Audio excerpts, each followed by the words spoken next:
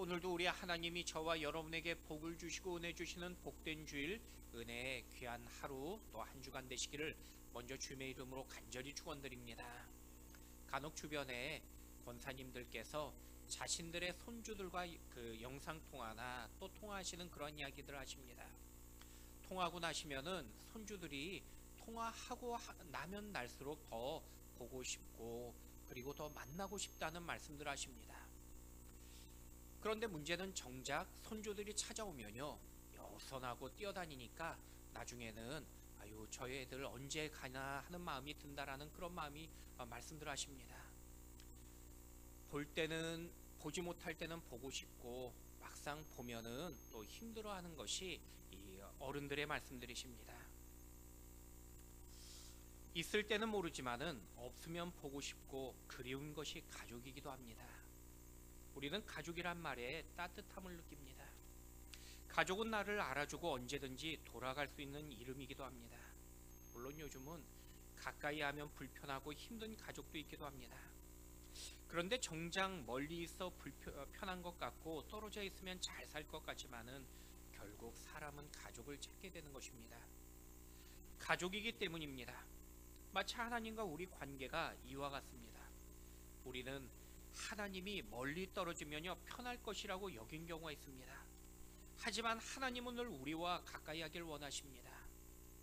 우리를 가족으로 여기시고 또 자녀로 삼으셨기 때문입니다. 오늘 본문은 하나님과 멀리 떨어진 인생을 향한 주님의 그 마음, 그 사랑을 오늘 우리에게 말씀하고 계십니다.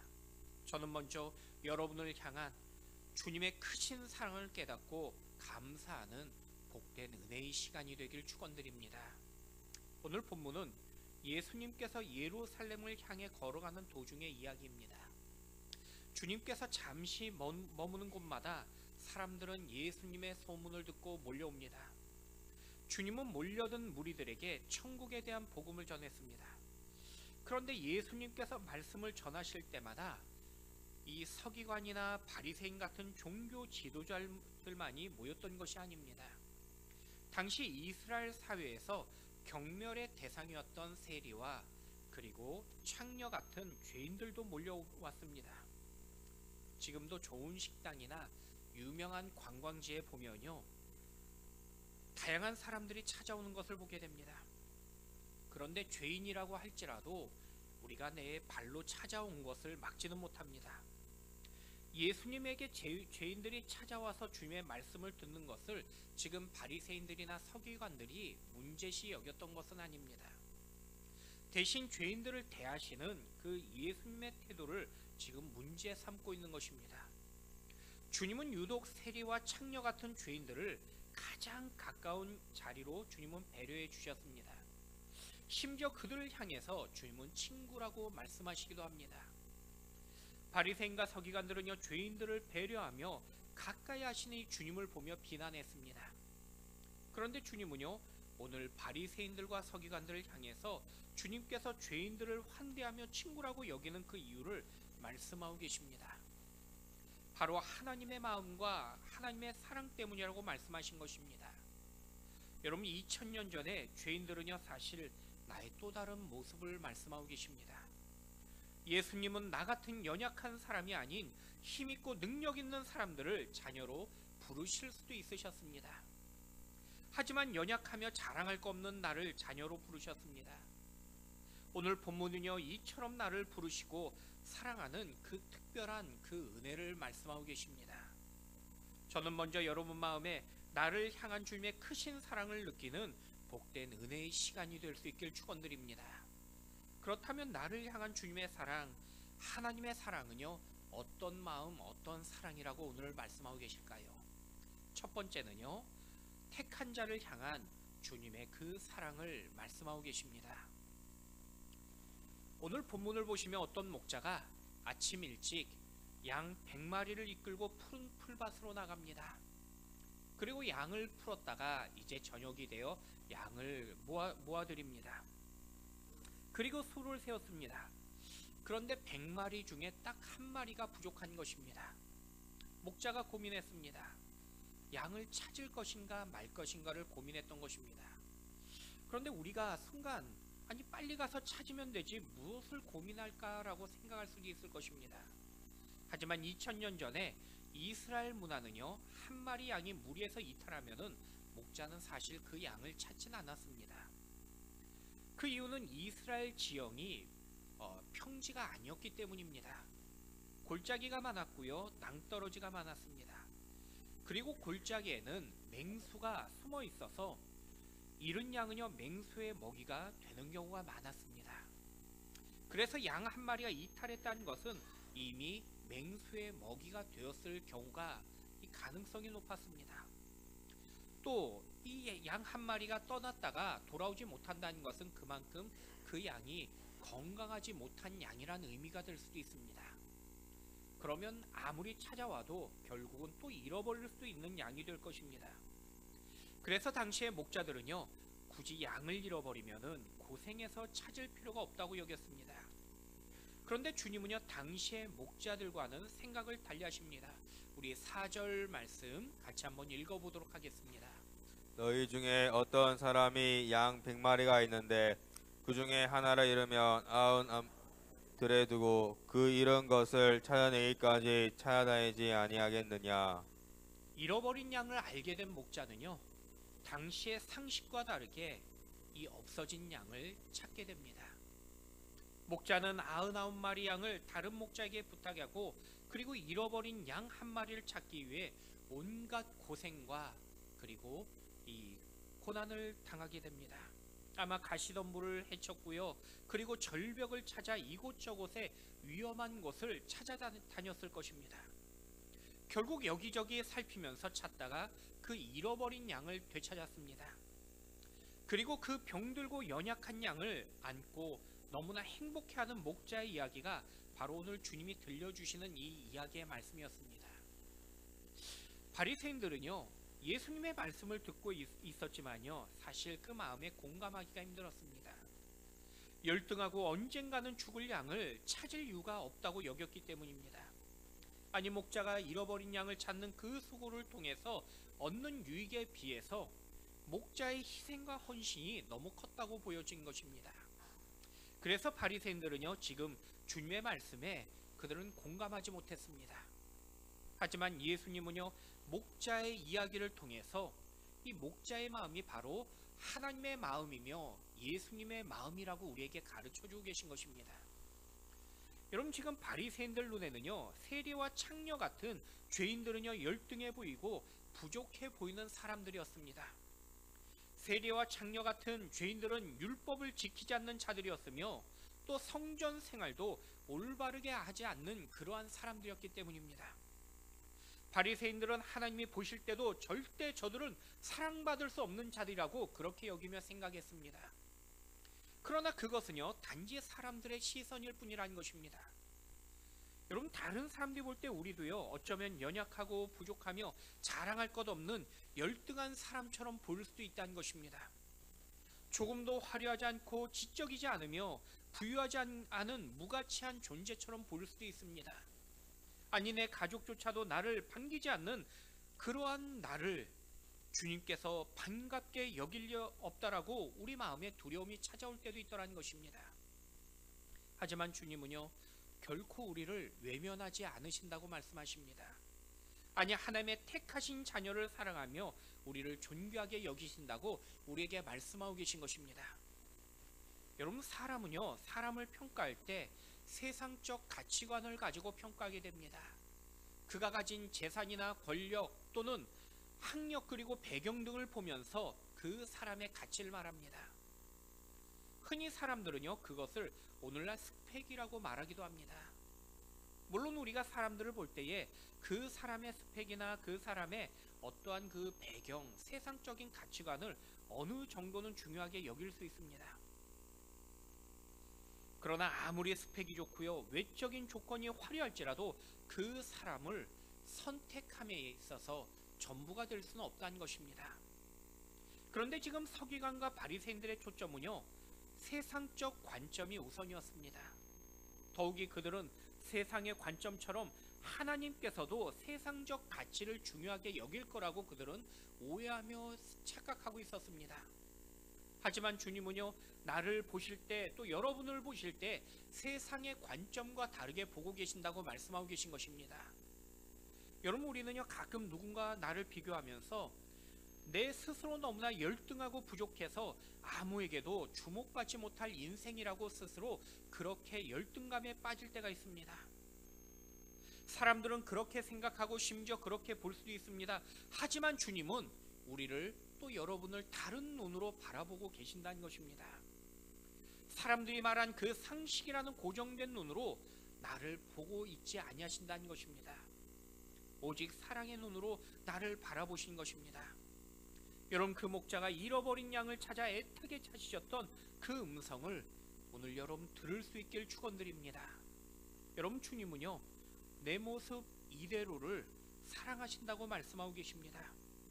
내가 세상에서 어떤 위치에 있으며 또 어떤 환경에 있으며 어떤 조건에 있는지와 무관하게 여전히 여러분을 사랑하며 존귀하게 여기신다고 말씀하십니다. 여러분, 열등하면요, 열등한 대로, 실패했으면요, 실패한 대로, 아니 남들에게 조롱당하면 조롱당하는 그 모습 그대로 주님 앞에 나갈 수 있길 축원드립니다. 여러분, 택하고 끝까지 포기하지 않는 그 하나님의 사랑으로 인해서 여러분의 마음에 늘 은혜와 또 기쁨이 충만한 여러분이 되길 축원드립니다. 여러분, 주님은요, 나를 다 알고 계신다고 말씀하고 계십니다. 이미 여러분을 택하신 주님께서 여러분의 이런 모습 때문에 과거에는 되었고 지금은 안 된다고 주님은 말씀하지 아니하신다는 것입니다. 있는 모습 그대로 여러분을 사랑하고 있기 때문이라는 것입니다. 마치 부모가 자녀를 사랑하는 그 이유가 자녀의 조건이나 어떤 자녀의 환경 때문에 부모가 사랑하고 미워하는 것이 아니라는 것입니다. 단지 내 자녀이기 때문에 사랑하는 것이 부모의 마음입니다. 하나님도요, 우리를 자녀로 택하셨고 또 우리의 아버지가 되셨기 때문에 여러분을 사랑한다고 말씀하고 계신 것입니다. 여러분, 복음송 가운데 당신은 사랑받기 위해 태어난 사람이란 찬양이 있습니다. 사람들은요, 이 노래를 부르면서 마치 자신의 인생이 주인공이라고 그렇게 여기며 착각합니다. 하지만 우리가 사랑받기 위해 태어났단 말은요, 세상에서가 아니라 하나님의 그 사랑을 우리에게 말씀하며 가르쳐주고 있는 것입니다. 주님의 사랑을 받기 위해 태어난 이 땅에 선택받은 존재라는 것을 강조하는 것입니다. 여러분, 우리는요, 주님의 택한 받은 자녀들이며 그리고 주님의 존귀한 백성이라고 성경은 말씀하고 계십니다. 오늘 주님은 이른 양의 비유를 통해서 그 택한 자녀들을 끝까지 포기하지 아니하시고 끝까지 사랑하시는 아버지의 사랑을 우리에게 첫 번째로 말씀하며 가르쳐주고 계신 것입니다. 모두가 나를 외면하며 심지어 거절할지라도 우리 주님은요, 결코 우리를 외면치 아니하시며 끝까지 우리를 포기하지 아니하시는 아버지라고 말씀하고 계십니다. 왜냐하면 우리는 주님의 자녀가 되기 때문입니다. 여러분, 나를 향한 주님의 그 사랑에 날마다 감사가 넘치며 또 기뻐할 수 있는 여러분의 그 귀한 마음이 되길 축원드립니다.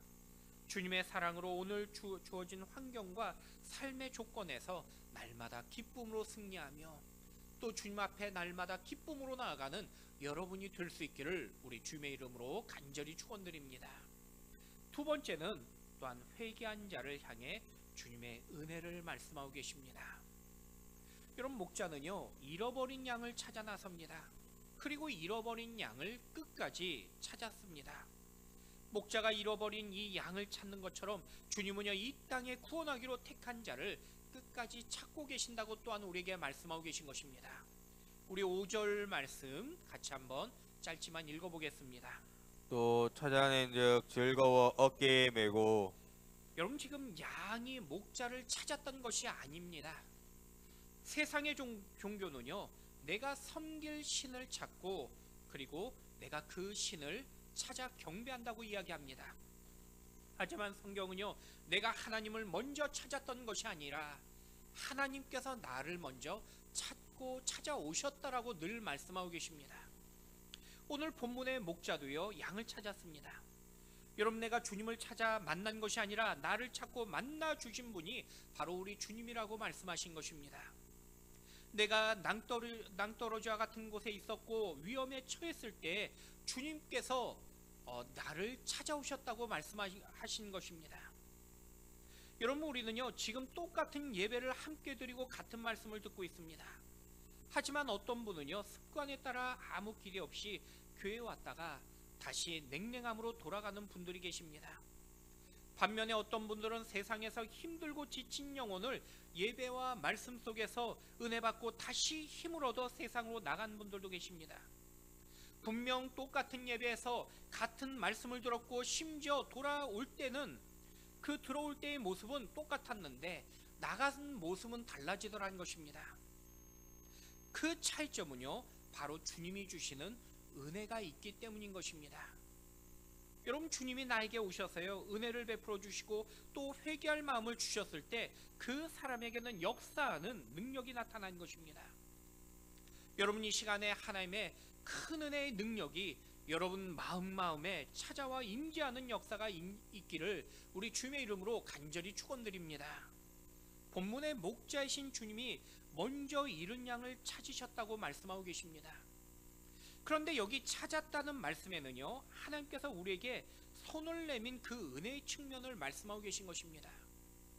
더불어 우리가 하나님의 손을 붙잡아야 하는 회개의 측면도 우리에게 또한 말씀하고 계십니다. 아무리 주님께서 내 손을 붙잡았을지라도요 주님의 손을 외면한다면요 온전히 주님께 돌아온 것이 아니라는 것입니다. 본문의 바리새인들의 입장에서 자기들이 볼 때 죄인이라고 불리는 사람들은요 이미 주님 앞에 나온 사람들이었습니다. 주님의 손 내미심에 반응하며 주의 손을 붙잡은 사람들이었습니다. 그러나 바리새인과 서기관들은요 지금 주님께서 그들을 향해 손을 내밀었지만은 그들은 주님의 손을 거절했던 사람들이었습니다. 여러분, 주님께서 여러분의 손을 붙잡았을 때 여러분도 주님의 손을 꼭 붙잡을 수 있는 여러분의 믿음이 되길 축원드립니다.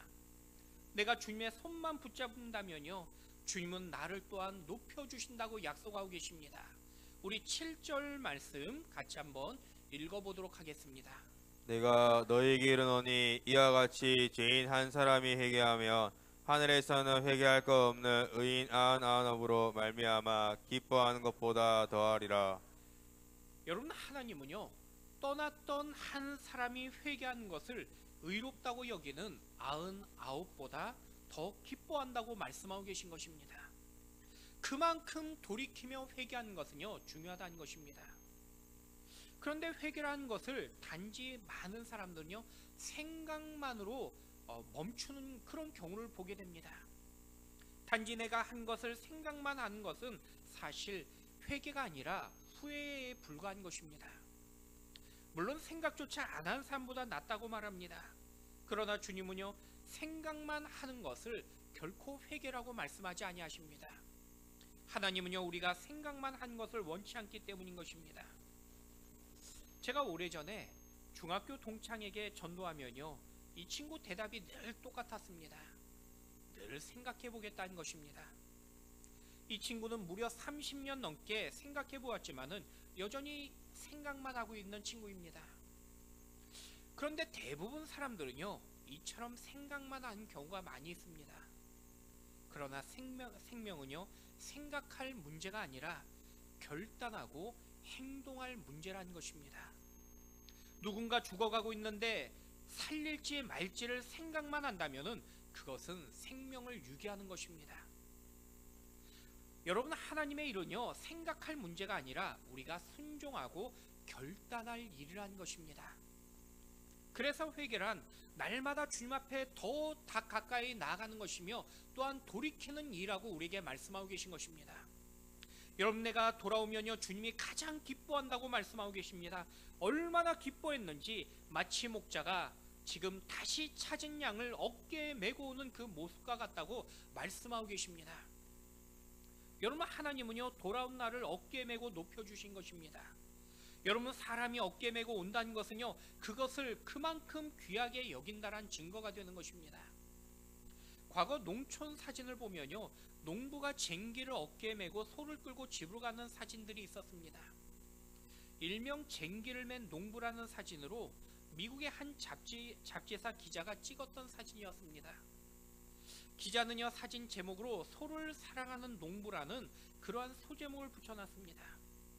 옛날 우리나라의 농부들이 소를 얼마나 귀하게 여겼는지, 이 밭일이나 논일을 가서 일을 마치면은 그 쟁기를 소가 지는 것이 아니라 농부가 지고, 그리고 소와 함께 걸어오더라는 것입니다.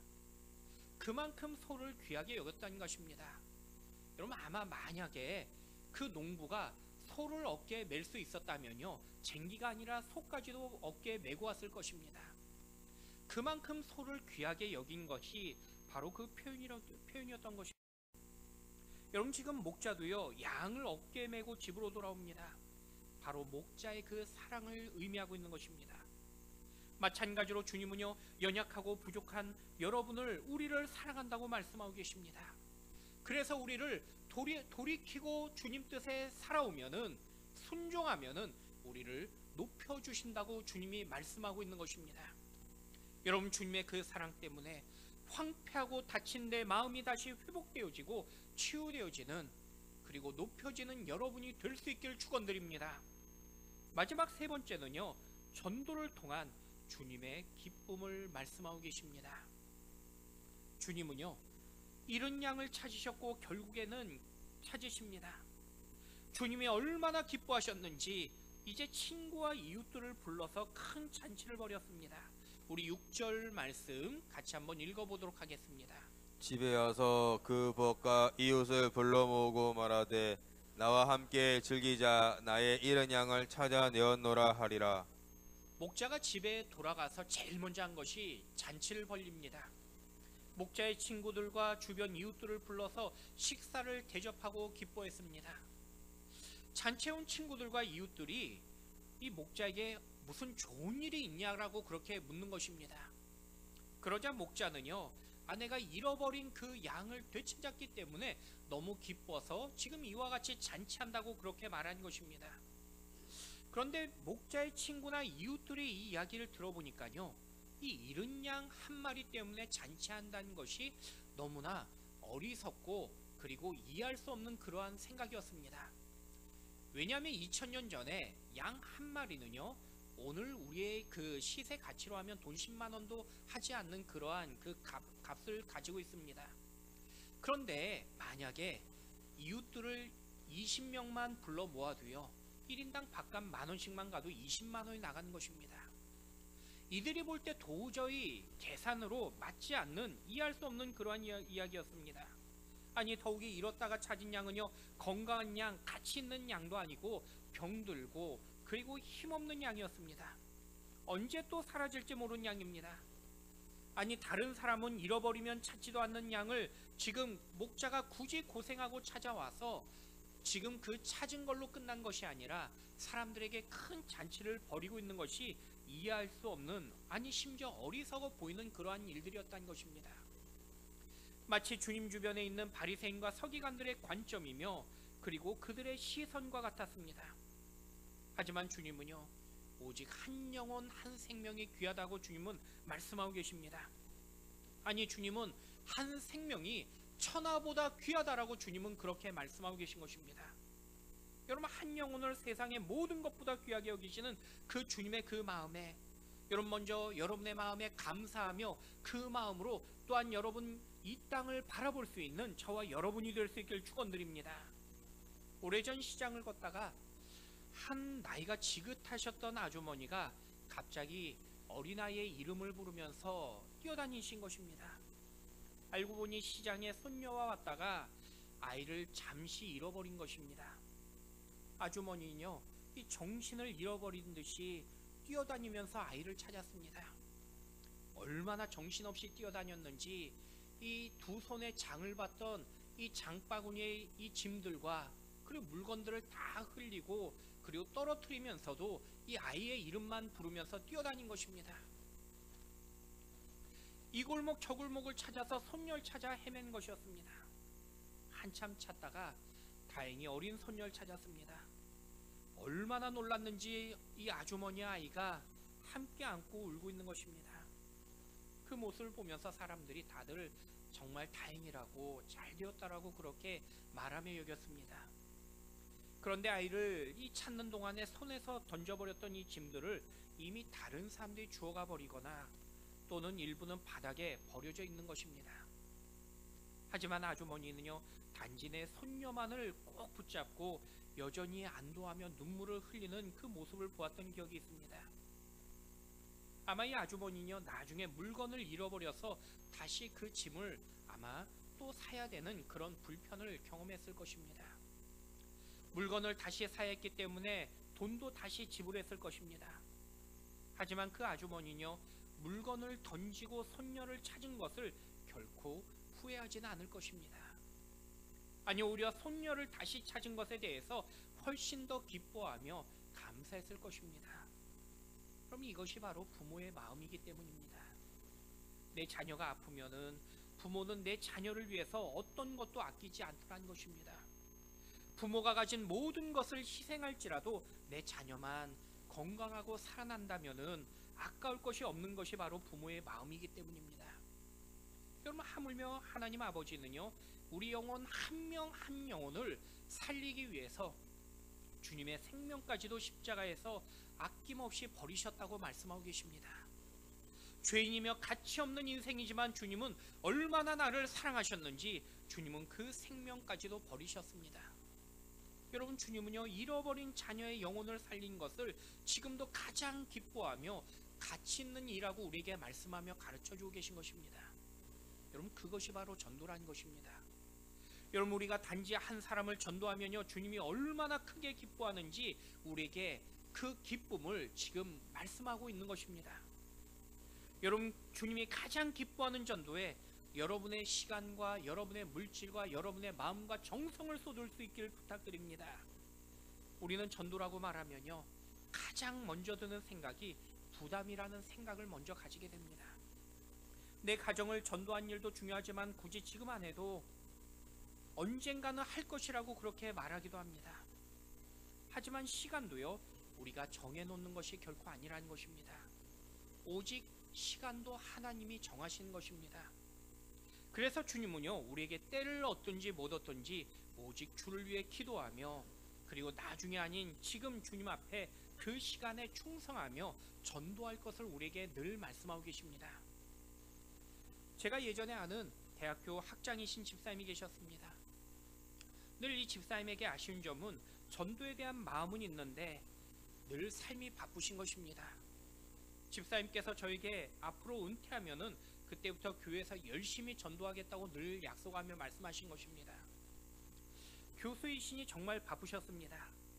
그때 집사님 말씀이 앞으로 정년까지 딱 5년 남았는데 내가 하여간 5년 뒤에는 65세부터는 열심히 교회 일도 하고 봉사도 하고 그리고 매일 나와 전도도 할 거라고 그렇게 약속하신 것입니다.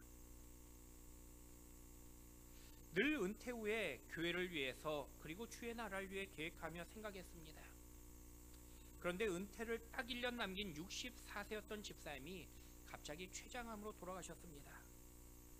집사님 본인은요, 65세부터 전도할 것이고 주의 나라 위하여 일할 것이며 교회 위에 충성할 거라고 계획하고 생각하며 다짐했지만은 하나님은 정작 그분에게 64세까지만 정해놓은 인생의 시간을 허락했다는 것입니다.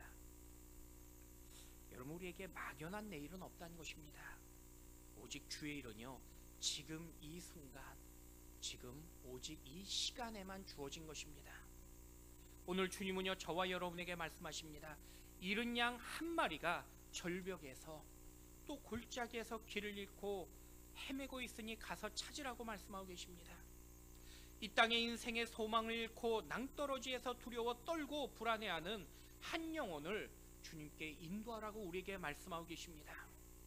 여러분, 그 잃어버린 양은요, 지금 여러분의 남편이 될 수 있고요, 아내이며 여러분의 자녀가 될 수 있으며 여러분의 친구와 이웃들이 될 수 있습니다. 아니, 내가 본 적 없지만은 오늘 처음 대면하는 그러한 그 사람들이 될 수도 있습니다. 또 지금 나오다가 잠시 교회를 출석하지 않는 과거에 우리 교회의 교우들이 될 수도 있습니다. 그럼 이 모든 잃어버린 영혼들을 주님께 인도하는 여러분의 그 귀한 마음이 여러분의 있기를 축원드립니다. 특별히 11월 16일 추수감사주일을 맞으면서 우리 이웃 한 영혼 초청주일을 잃어버린 영혼을 이 자리에 가득 채우는 여러분의 귀한 결단의 믿음의 시간이 될 수 있길 축원드립니다.